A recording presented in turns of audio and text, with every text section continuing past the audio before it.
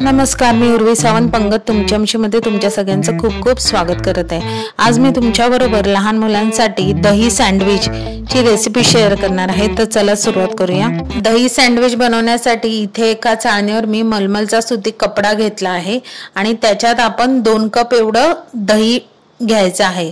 आता वजनाने बघाल तर हे अर्धा किलो एवढं दही मी वापरलेलं आहे आणि जसं आपण श्रीखंडासाठी दह्याचा चक्का करतो तशी सेम प्रोसेस इथे आपल्याला फॉलो करायची आहे।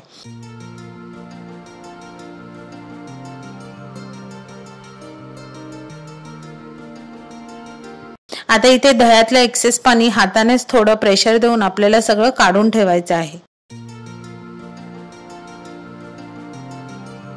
आता हा बांधलेला कपडा आपण या चाळणीवर निथळत ठेवायचा आहे आणि वरती वजनासाठी मी खलबत्त्याचा वापर केला आहे। आता हे दही मी निथळत रात्रभर ठेवलं आहे, पण जर आपण रात्रभर हे निथळत ठेवणार असाल तर आपण ते फ्रीज मध्ये ठेवायचं आहे आणि जर तुम्हाला 2 ते 3 तास ठेवायचं असेल निथळत तर हे बाहेर ठेवलं तरी चालेल, जेणेकरून फ्रीज मध्ये ठेवलं तर दही आपलं आंबट होणार नाही।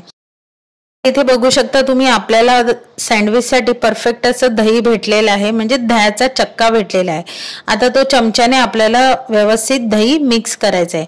आता इथे मी शिमला मिरची, गाजर, कॉर्न, कोथिंबीर, काळी मिरी पूड, चिली फ्लेक्स, मिक्सअप आणि चवीपुरतं मीठ घालून व्यवस्थित आपल्याला हे मिश्रण दह्यामध्ये मिक्स करायचं आहे।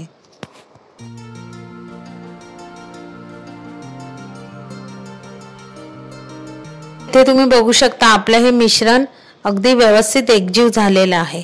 आता सँडविच करण्यासाठी इथे मी ब्राउन ब्रेडचा वापर केलेला आहे, तुम्ही हवं तर व्हाईट ब्रेड ही वापरू शकता।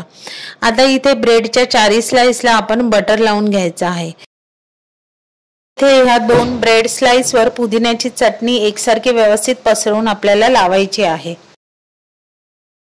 आणि आता हे तयार केलेलं मिश्रण आहे ते ज्या ब्रेडवर आपण बटर लावलं आहे त्या ब्रेडवर आपण व्यवस्थित एकसारखं पसरवून लावायचं आहे।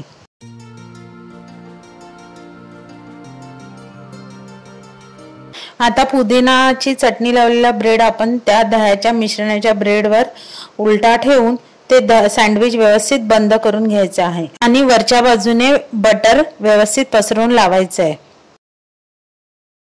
आता सँडविच बनवण्यासाठी इथे नॉनस्टिक तवा मी बारीक गॅसवर ठेवला आहे आणि थोडंसं बटर इथे मेल्ट करून घ्यायचं आहे। तव्याला अगदी सगळं बाजूने व्यवस्थित ते बटर पसरवून घ्यायचं आहे। आता बटर थोडं गरम झालं की त्याच्यात राई घालून राई तडतडेपर्यंत आपल्याला ती शिजू द्यायची आहे। इथे बघू शकता तुम्ही राई तडतडली आहे। आता राई तडतडल्यावर आपण त्यावर कढीपत्ता घालायचा आहे आणि कढीपत्ता ही व्यवस्थित शिजायला द्यायचा आहे। आता कढीपत्ता शिजल्यावर आपण तयार केलेलं हे सँडविच आहे ते त्याच्यावर ठेवून अगदी खरपूस आपल्याला दोन्ही साइडने भाजून घ्यायचं आहे।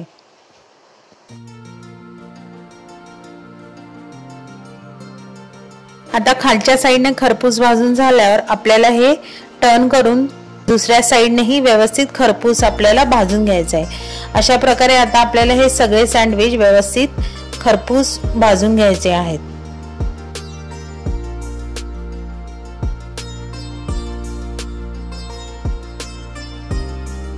आता खरपूस भाजून झाल्यावर बघा मी तुम्हाला एक सँडविच कापून दाखवते, आहे की नाही एकदम मस्त। जर मेयोनीज तुम्हाला खायचं नसेल तर हे मेयोनीजला उत्तम पर्याय आहे। जर तुम्हाला माझी ही फोडणीच्या दह्याच्या सँडविचची रेसिपी आवडली तर रेसिपीला लाईक करा, शेअर करा, कमेंट करून सांगा। चॅनलवर नवीन असेल तर चॅनलला सबस्क्राईब करायला विसरू नका आणि नवीन व्हिडिओच्या नोटिफिकेशनसाठी बेल आयकॉनला प्रेस करायला विसरू नका। तोपर्यंत मस्त मस्त राहा।